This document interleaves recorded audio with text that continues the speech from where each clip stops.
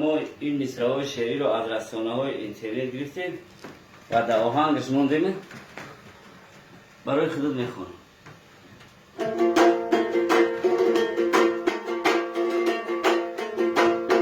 ای فی فرزنده کی به ناموس و به آر شود، وقتی پیری پدر و مادری او خوار شود.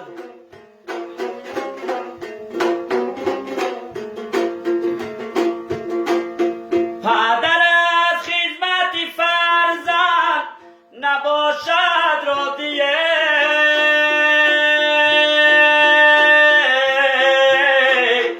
درد عالم به غم و غصه گرفتار شود.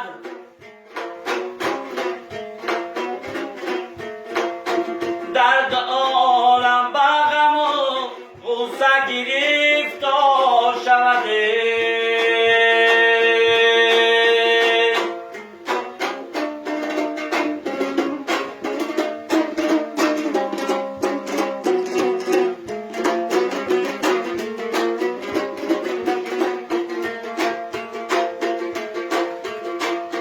چون اویسی قرنی خدمت مادر بینما، کی تو را لطفی خدا در دو جهان یار شود.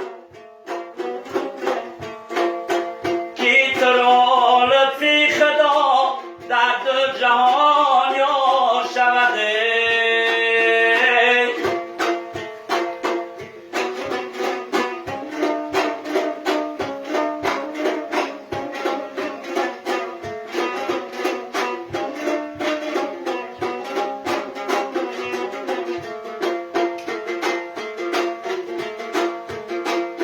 نیست مقبول خدا طاعت هر آقی پدر،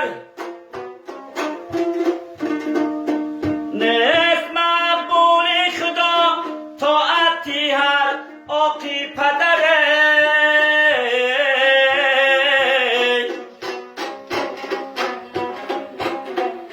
جای او روزی جزا دوزخی پرنار شود.